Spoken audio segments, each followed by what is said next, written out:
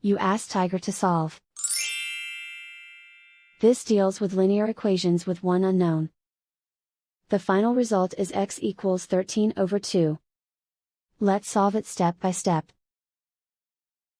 Simplify the expression. Expand the parentheses. Simplify the arithmetic. Group like terms.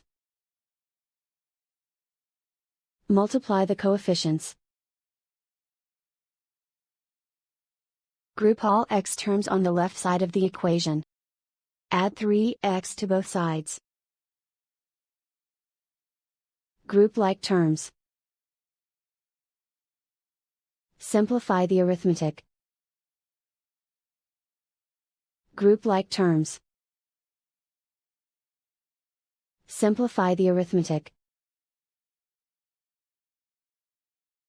Group all constants on the right side of the equation.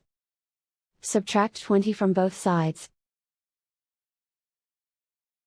Simplify the arithmetic.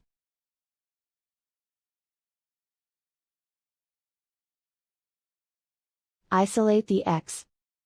Divide both sides by -2. Cancel out the negatives. Simplify the fraction. Cancel out the negatives. And so the final result is x equals 13/2.